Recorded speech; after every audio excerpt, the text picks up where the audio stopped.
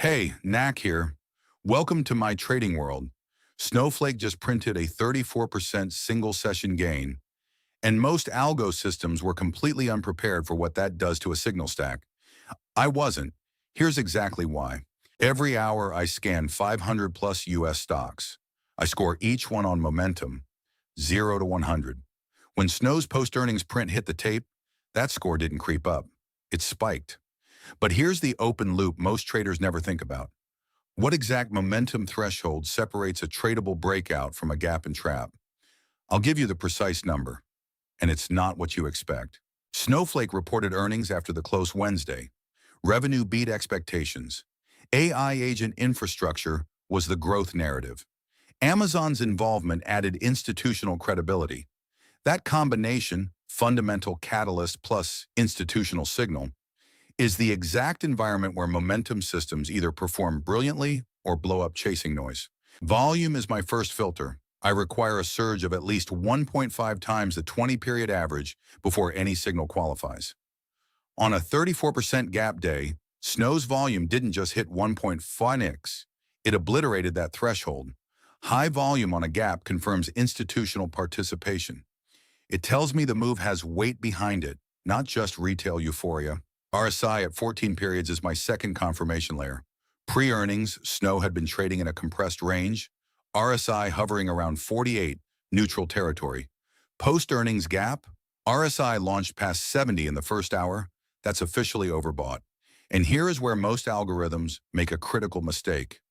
They see overbought and immediately short. That is exactly wrong in a momentum breakout context. EMA crossovers tell me the structural story. I track 4 levels, 9, 21, 50, and 200 period. Before earnings, Snow was sitting below its 50 EMA. A 34% gap doesn't just cross the 50, it vaults over the 200 EMA in a single session.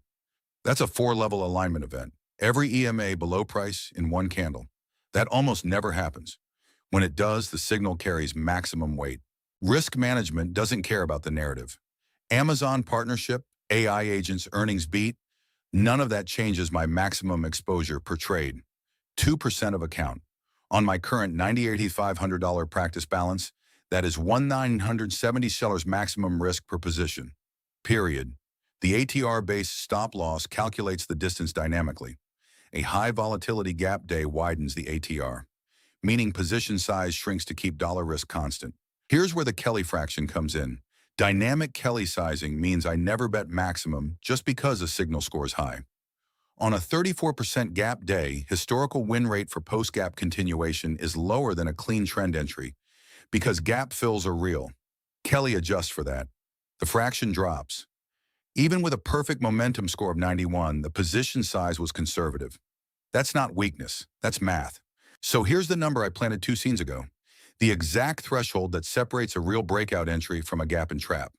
It's not the momentum score, it's not RSI, it's the volume ratio at the open of the second candle after the gap. My system requires that ratio to hold above 2.1 times average on candle 2. If it drops below that, the gap is fading. Snow held 3.8 times. Signal confirmed. Entry valid. Subscribe to NacArtha. I trade every day. You should know what I know. Follow the algorithm. See you tomorrow.